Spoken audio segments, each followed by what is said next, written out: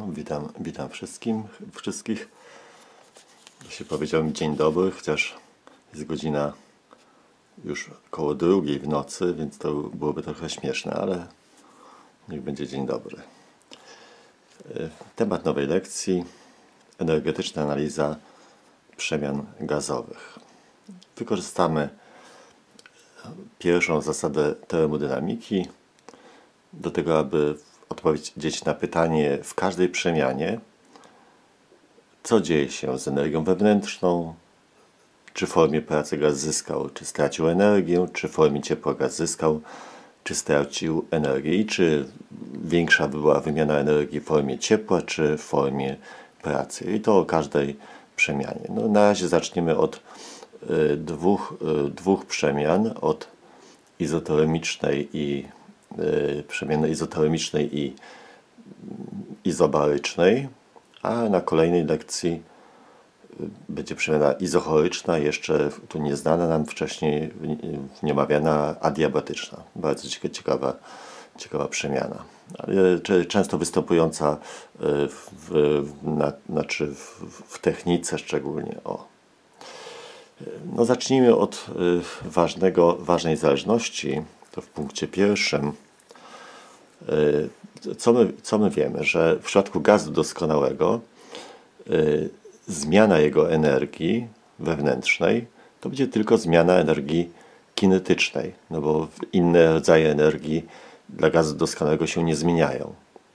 A wcześniej zdefiniowaliśmy temperaturę w skali bezwzględnej jako wielkość wprost proporcjonalną do energii kinetycznej ruchu cząsteczek, więc nic dziwnego, że zmiana energii kinetycznej gazu doskonałego będzie proporcjonalna do zmiany temperatury w skali bezwzględnej. Więc z tego będziemy korzystali. W takim razie zmiana energii wewnętrznej też będzie proporcjonalna do zmiany temperatury. No i zacznijmy analizę tych dwóch pierwszych przemian. To będą 4 przypadki, będzie rozprężanie i sprężanie. No, mówiąc rozprężanie lub sprężanie, mówię o tym, rozumiem, że jest to zwiększanie objętości, znaczy przy rozprężaniu zwiększanie objętości, przy sprężaniu zmniejszanie objętości.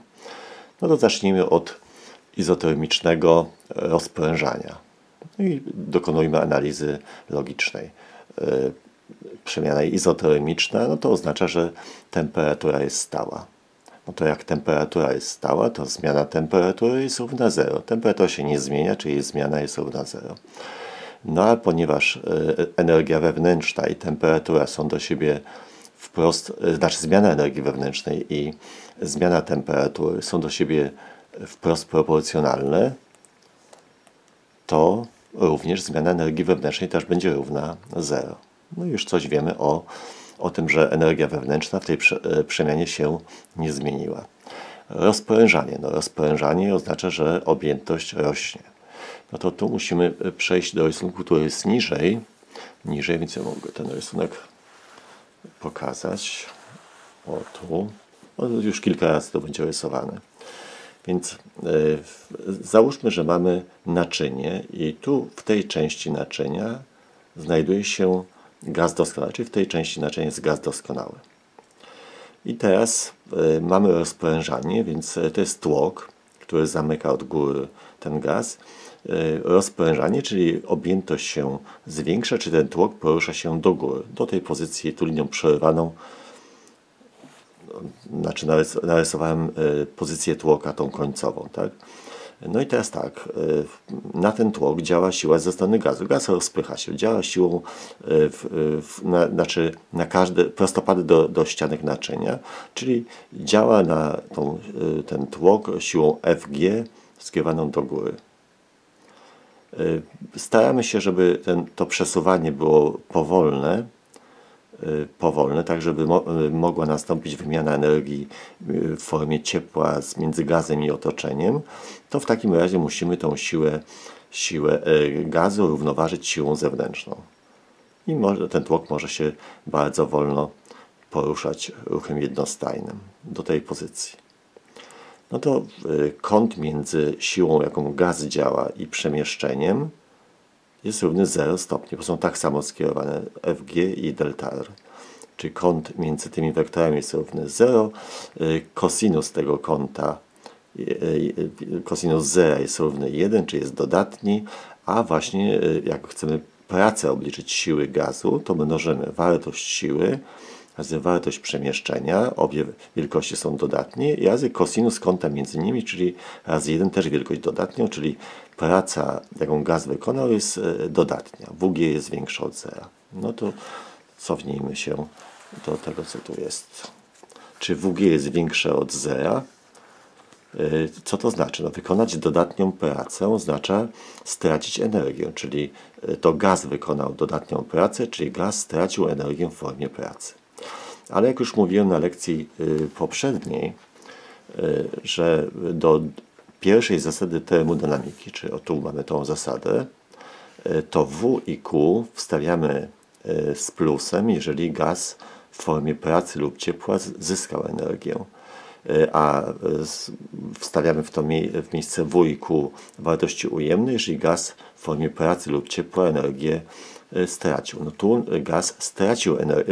gaz wykonał dodatnią pracę, ale stracił energię w formie pracy, bo to oznacza właśnie wykonać dodatnią pracę, znaczy stracić energię, to w to miejsce wstawimy nie wartość dodatnią, tylko wartość jaką? Ujemną, ponieważ gaz traci energię poprzez wykonanie pracy. Więc o tym już mówiłem wcześniej, że trzeba być bardzo ważnym właśnie, żeby tu czasami nie wstawiać pracy ze złym znakiem właśnie. No, tu jest przykład, że praca gazu jest dodatnia, ale tu wstawiamy wartość ujemną, bo zadajemy pytanie, czy gaz w formie pracy zyskuje energię, czy traci. Stracił, więc to W jest ujemne. No to więc analizujmy. Ta praca w tym wzorze jest mniejsza od zera. Z tego pierwsza informacja uzyskana to była, że energia wewnętrzna się nie zmienia, czyli zmiana jest równa 0, czyli lewa strona jest równa 0. Pierwszy wyraz prawej strony jest mniejszy od 0, no to żeby ta cała prawa strona też była równa 0, bo lewa strona musi być równa prawej, no to Q musi być wtedy jakie? Większe od 0. Czyli Q jest większe od 0, to oznacza, że gaz pobrał energię w formie ciepła. Co więcej, skoro tu mamy wartość ujemną i dodatnią i suma daje 0, to wartości bezwzględne tych wielkości muszą być takie same, czyli wartość bezwzględna ciepła i pracy musi być taka sama, czyli gaz tyle pobrał energii w formie ciepła, ile stracił w formie pracy. Muszę się napić coś wody, bo dzisiaj kilka lekcji nagrywałem i jeszcze sekundę.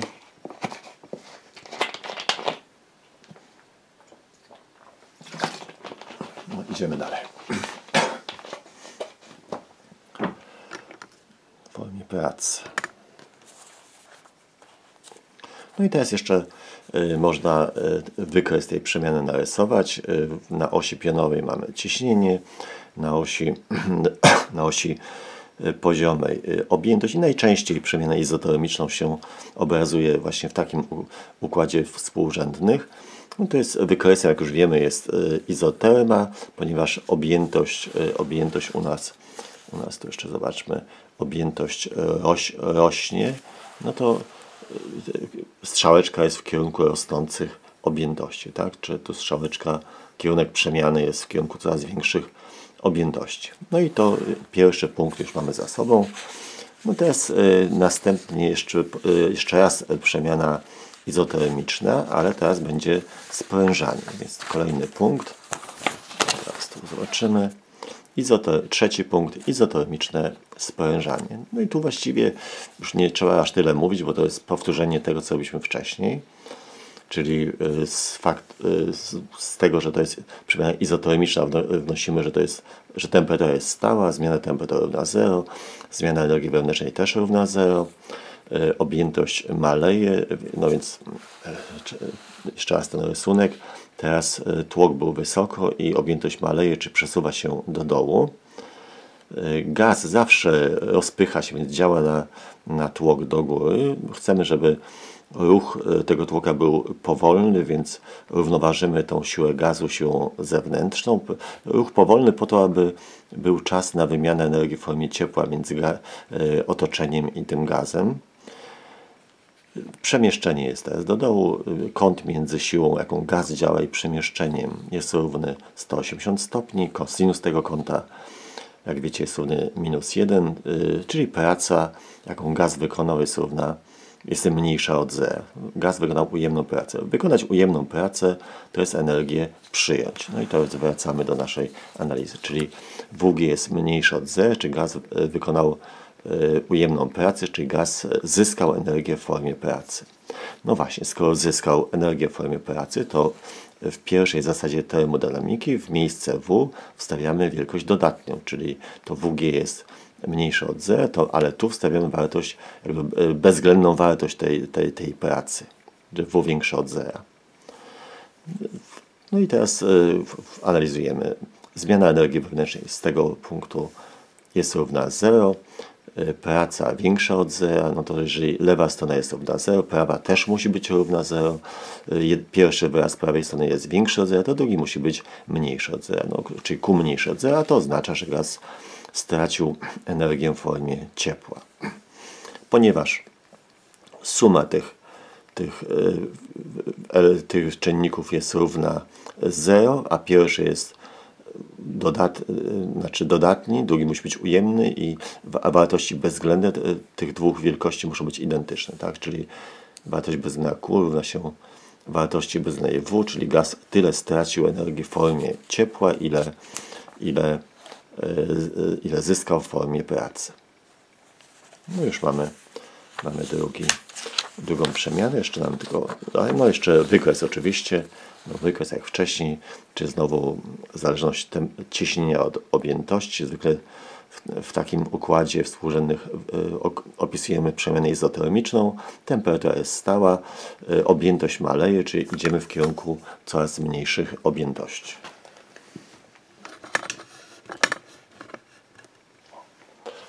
Sekundę, już jest. No i mamy, jeszcze raz pokażę to wcześniej, to zapis. Tak, żeby wszystko było widoczne. Rysunek z wykresem. No dobrze. Teraz kolejna przemiana w punkcie 4. Izobaryczne sprężanie. No, przemiana izobaryczna to ciśnienie jest stałe. No tu tak prosto nie można. Znaczy, my chcemy uzyskać wniosek o tym, co się dzieje z temperaturą, bo możemy wtedy wnioskować o tym, co się dzieje z energią wewnętrzną, czy rośnie, czy maleje. Więc tu skorzystamy z równania Clapeyrona jeszcze raz, przekształcimy, zresztą to przekształcenie już było wcześniej na lekcji poprzedniej, więc już jest nam znane. Obliczamy temperaturę z tego wzoru, te wielkości, które są w danej przemianie stałe, tu na początku po prawej stronie piszemy i widzimy, że temperatura i objętość są do siebie tu wprost proporcjonalne, czy jak objętość maleje, to i temperatura też maleje, a jak temperatura maleje, to jej zmiana jest mniejsza od zera, czyli zmiana energii wewnętrznej też jest mniejsza od zera. No teraz sprężanie to rozumiemy jako zmniejszanie objętości, czyli tłok porusza się do dołu, to już wcześniej w tych dwóch przemianach analizowaliśmy, jak tłok do dołu się porusza, to gaz wykonuje ujemną pracę, czyli gaz zyskał energię w formie pracy, więc to W w pierwszej zasadzie termodynamiki wstawiamy dodatnie. Bo jak zyskuje energię w formie pracy, to W wstawiamy dodatnie. No i analizujemy. Zmiana energii wewnętrznej z tego pierwszego punktu jest mniejsza od zera, praca jest większa od zera, no to pytanie, jakie musi być ciepło.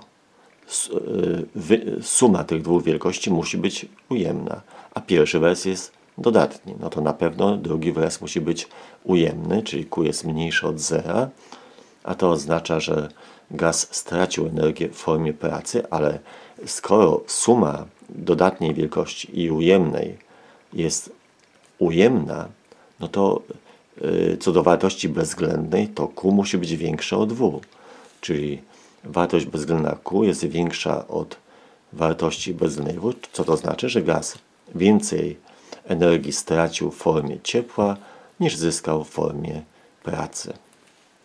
No i wykres tej przemiany, no to już znamy z lekcji poprzedniej.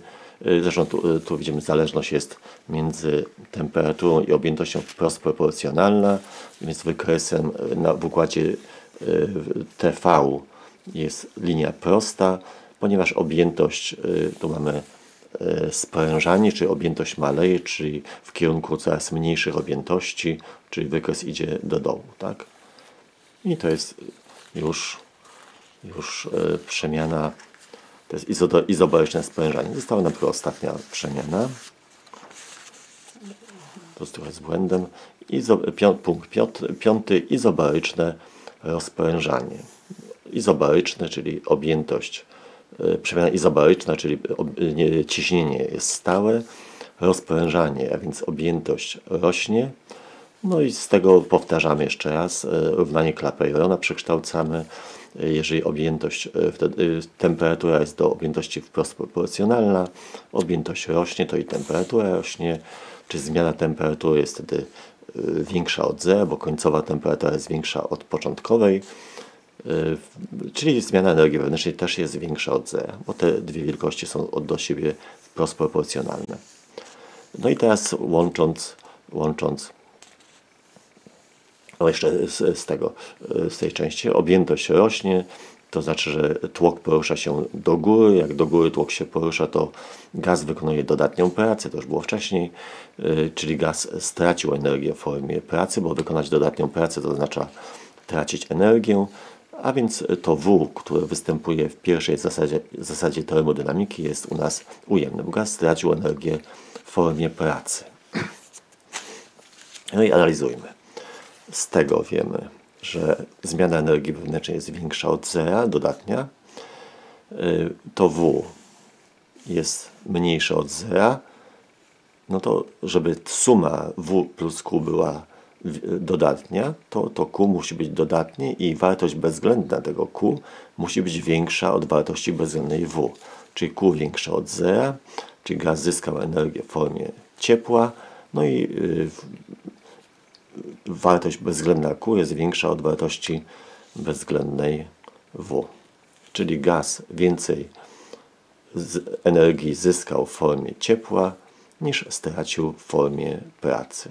No, zostaje nam tylko jeszcze wykres, jeszcze raz w tym samym układzie, czyli temperatura na osi pionowej, na poziomej objętość. Są te dwie wielkości do siebie w tej przemianie wprost proporcjonalne, więc wykresem jest linia prosta, a ponieważ jest to rozprężanie, objętość rośnie, więc tu strzałka jest do góry, ponieważ idziemy w kierunku coraz większych objętości. I w kolejne dwie przemiany, czyli przemianę izochoryczną, tam gdzie się objętość nie zmienia, i adiabatyczną mówimy na następnej lekcji. No już widzę, już mi głos siada od tego nagrywania, więc już więcej nawet bym nie bardzo mógł powiedzieć. Więc jeszcze raz tu dziękuję za uwagę i inne instrukcje będą przekazane poprzez dziennik elektroniczny. Tak? I dziękuję, do usłyszenia, do zobaczenia i życzę przede wszystkim zdrowia. To jest najważniejsze teraz. Tak? Do zobaczenia.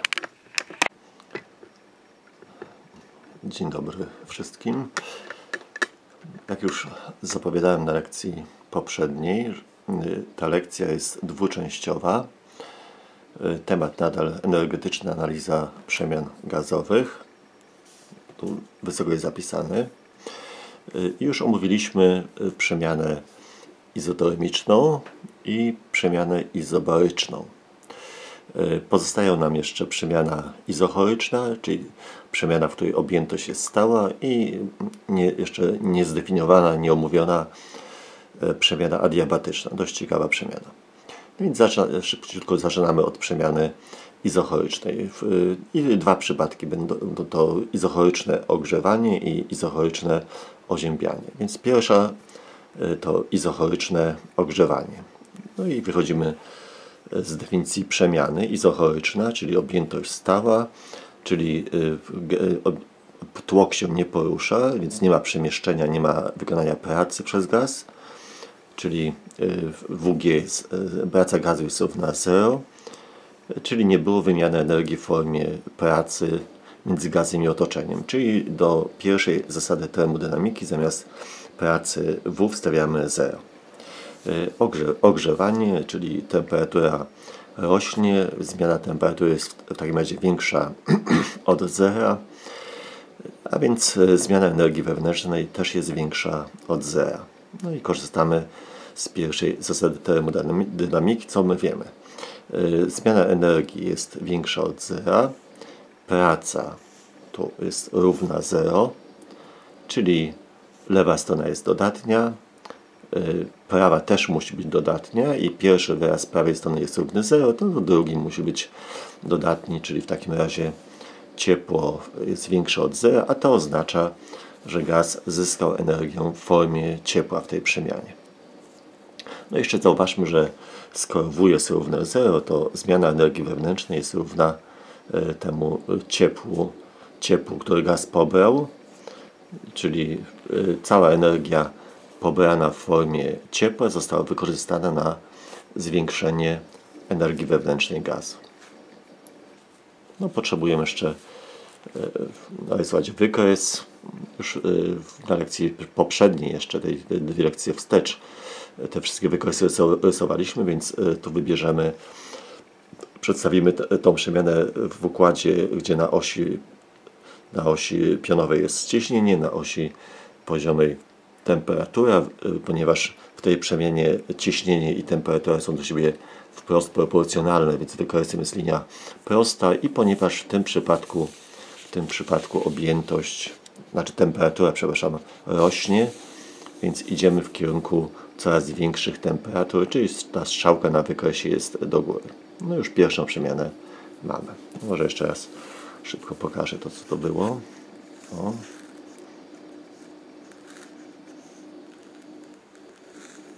Jeszcze tu.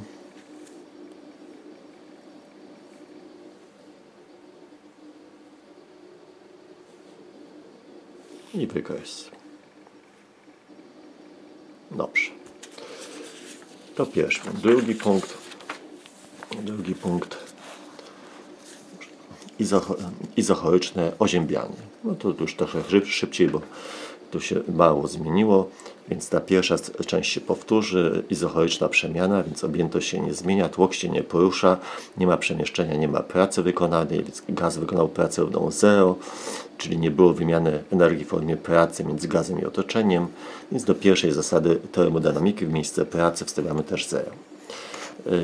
Oziębianie, temperatura maleje, czyli zmiana temperatury jest mniejsza od 0 i zmiana energii wewnętrznej też jest mniejsza od 0, bo te dwie wielkości, czyli zmiana temperatury i zmiana energii wewnętrznej, są do siebie wprost proporcjonalne. Korzystamy z pierwszej zasady termodynamiki, więc zmiana energii wewnętrznej jest mniejsza od 0, praca W jest równa 0, no i tak jak wcześniej lewa strona jest ujemna, prawa też musi być ujemna, pierwszy wyraz prawej strony jest równy 0, no to drugi musi być mniejszy od 0, czyli Q jest mniejszy od 0, to oznacza, że gaz stracił energię w formie ciepła w tej przemianie. No i tak samo widzimy, że skoro W jest równe 0, to zmiana energii wewnętrznej jest równa temu ciepłu, czyli energia wewnętrzna zmniejszyła się o wartość oddanego ciepła. I wykres przemiany też w tym samym układzie, no tylko różni się tym, że temperatura maleje, więc strzałeczka jest w przeciwną stronę. No już mamy tą drugą przemianę. No i teraz definiujemy punkt trzeci, przemiana adiabatyczna. Przemiana adiabatyczna, no i tu jest definicja tej przemiany, jest to przemiana, w której nie ma wymiany energii w formie ciepła między gazem i otoczeniem, czyli Q jest równe 0. Dość ciekawa przemiana. No i teraz ją przeanalizujemy.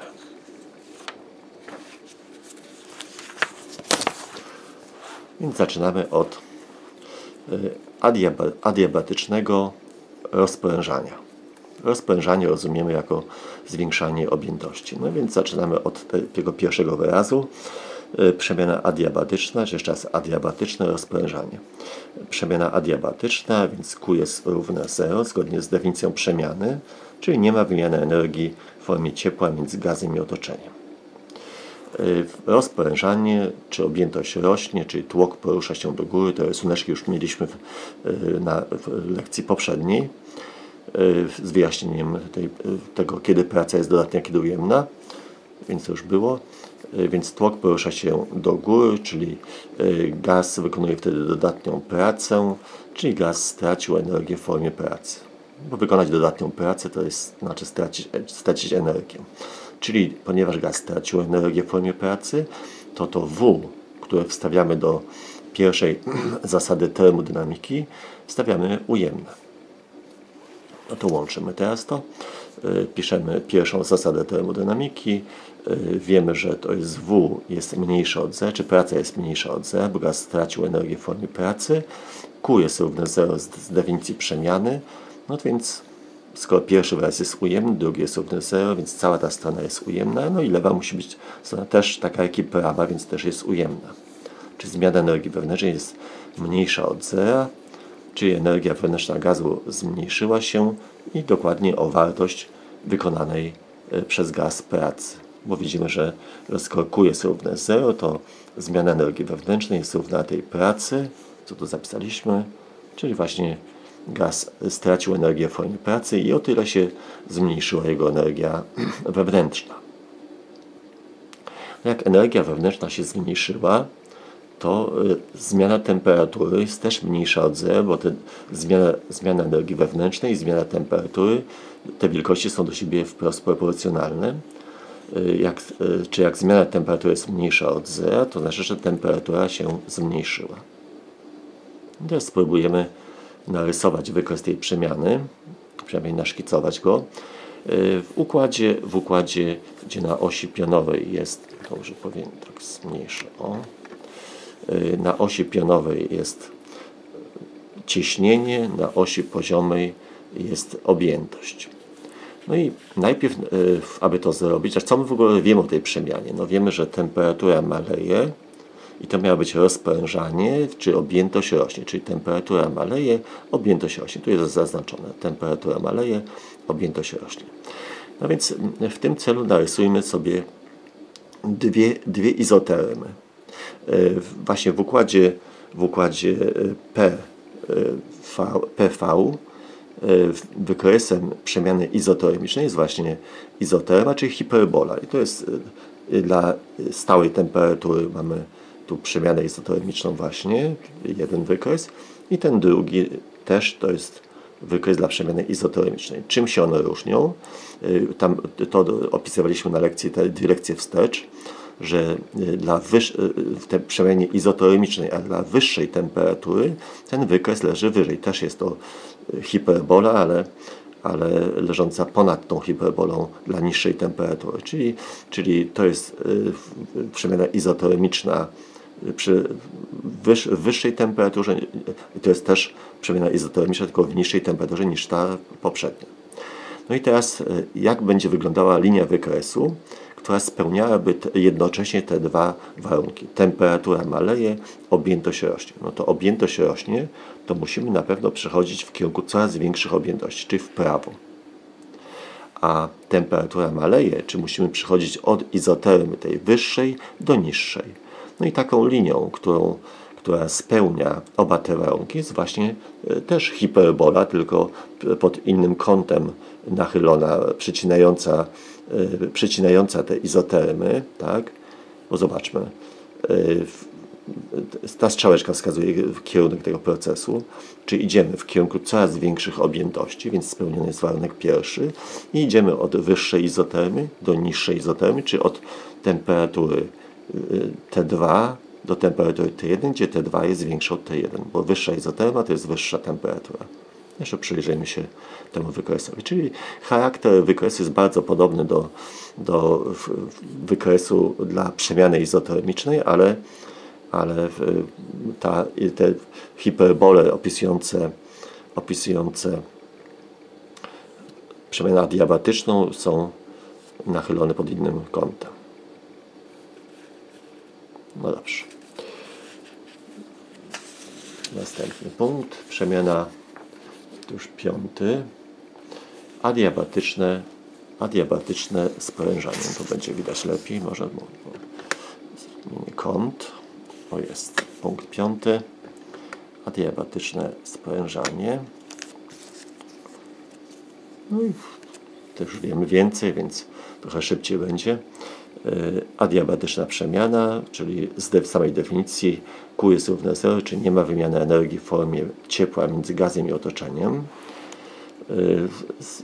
Sprężanie rozumiemy jako zmniejszanie objętości, czyli tłok się porusza do dołu, czyli gaz wykonuje ujemną pracę, bo gaz działa się do góry, przemieszczenie jest do dołu, kąt między nimi 180 stopni, czyli gaz wykonuje, kosinus tego kąta jest -1, czyli gaz wykonuje ujemną pracę.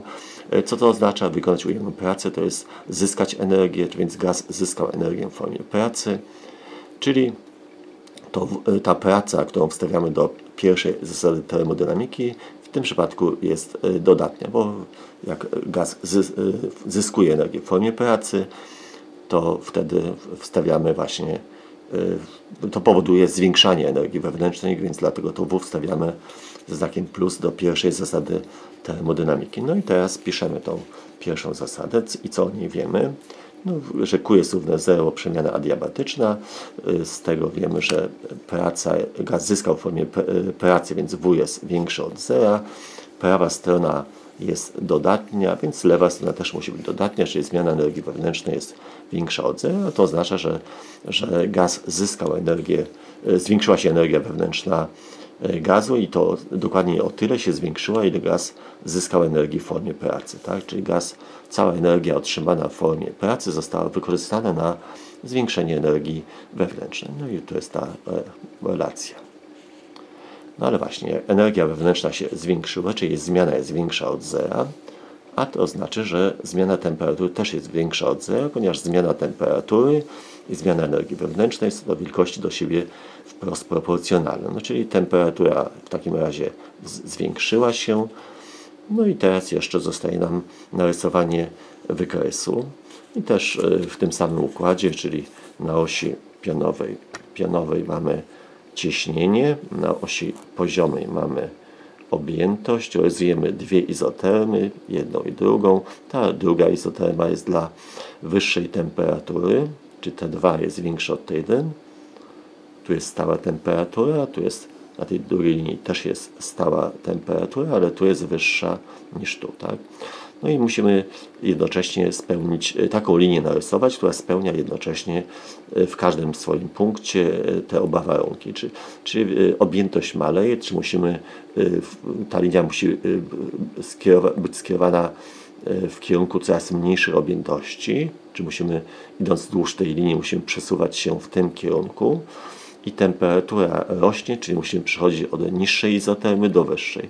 I taka linia właśnie spełnia ten warunek. Widzimy, że idziemy zgodnie z tą strzałką, to znaczy w kierunku coraz mniejszej objętości, jednocześnie do góry, czyli od niższej izotermy do drugiej, tak? Do tej wyższej. Czyli podobnie jak tam, tylko strzałeczka odwrotnie jest. No i to jest koniec, jeżeli chodzi o te nasze omówienie przemian gazowych, tych podstawowych, czyli izotermicznej, izobarycznej, izochorycznej i adiabatycznej. No i zostaje teraz już rozpoczęcie jakichś zadań, tak?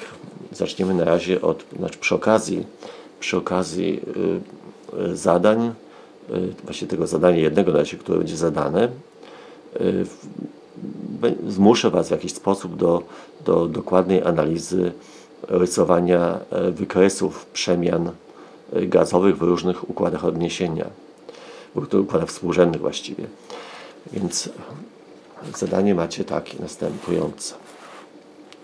Narysowałem cały cykl, zamknięty cykl termodynamiczny, czyli składający się z 4 przemian. Opisałem ten cykl cały w układzie, gdzie na osi pionowej jest ciśnienie, a na osi poziomej jest temperatura. No i ponumerowałem te przemiany, to jest pierwsza przemiana, druga przemiana, trzecia przemiana, czwarta przemiana. Tu linie przerywane pokazują, że ta linia jest przedłużeniem linii prostej wychodzącej z początku układu. I również zauważamy, że ten punkt D i punkt E leżą też na linii prostej, która wychodzi z początku układu. To jest istotne, czyli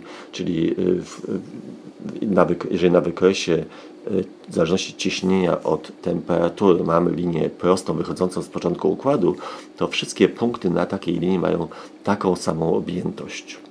Czyli na tej linii też wszystkie punkty mają taką samą objętość. Czyli w stanie D i w stanie E gaz ma taką samą objętość. Teraz tu widzimy linię prostą, tą AE, no to widzimy, że na tej linii inna wielkość jest taka sama, to jest ciśnienie, czyli w stanie A i w stanie E musi być takie samo ciśnienie. Trzeba to będzie uzgodnić, tak? No i teraz waszym zadaniem jest, aby narysować wszystkie te 4 przemiany razem z uzgodnieniem ciśnienia w stanie A i w stanie E i objętości w stanie D i w stanie E w każdym układzie. Czyli nie wystarczy narysować tylko te 4 przemiany, również musi zgadzać się stan D i stan E musi mieć taką samą objętość, bo leżą na tej samej tu prostej wychodzącej z początku układu i stan A i stan E mają mieć takie samo ciśnienie, bo leżą linii prostej równoległej do osi temperatury, czyli ciśnienie jest tu stałe. No i teraz proszę was o to, żebyście narysowali ten cały cykl najpierw w układzie, gdzie na osi pionowej jest ciśnienie, na osi poziomej objętość. No i teraz przypomnijmy sobie, jak poszczególne przemiany, jaki rodzaj linii opisuje różne przemiany w takim układzie. No jeżeli najprościej jest rysować przemiany, w których ta wielkość lub ta wielkość, czyli ciśnienie lub objętość są stałe. No jak ciśnienie jest stałe, to wykresem jest linia prosta równoległa do osi objętości. Jak objętość jest stała, to jest linia prosta równoległa do osi ciśnienia, czyli do góry. Linia prosta skierowana prostopadle do góry, tak? Jeżeli natomiast jest to przemiana izotermiczna, czyli tego parametru tu nie ma, to zależność ciśnienia od objętości w przemianie izotermicznej,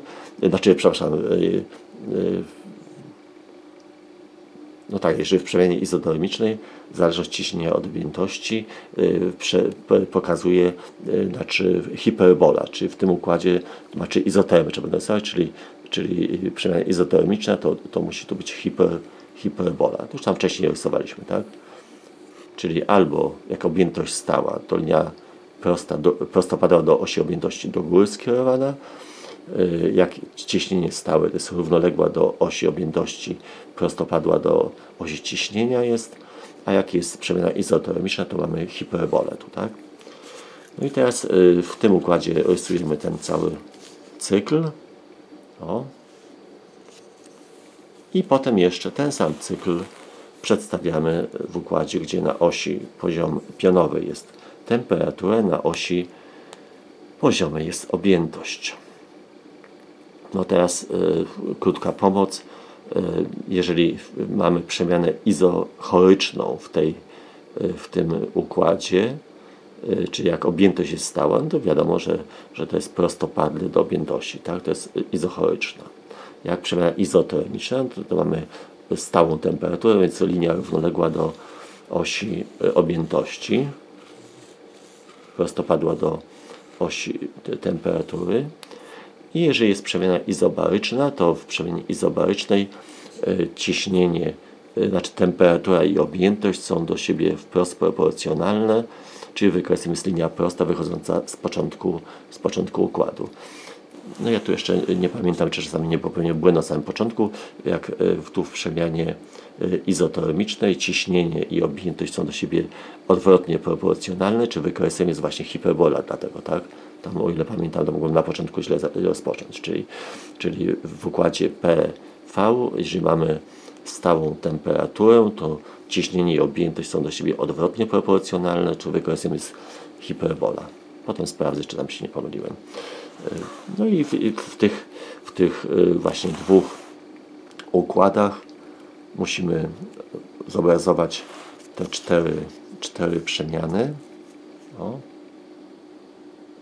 I też trzeba uzgodnić, tak jak mówiłem, stan D ze stanem E, czyli ponieważ leżą na tej samej linii tu prostej, czy w takim razie objętość musi być taka sama w stanie D i w stanie E, i w stan A i punkt ze stanem E, w tych obu stanach gaz ma takie samo ciśnienie, więc musimy to też uzgodnić na każdym z tych wykresów. I proszę naprawdę się do tego przyłożyć, ponieważ dzień później, to musi być oczywiście w zeszycie i proszę zresztą dokładnie ja już instrukcję podam już w mailu przed lekcją,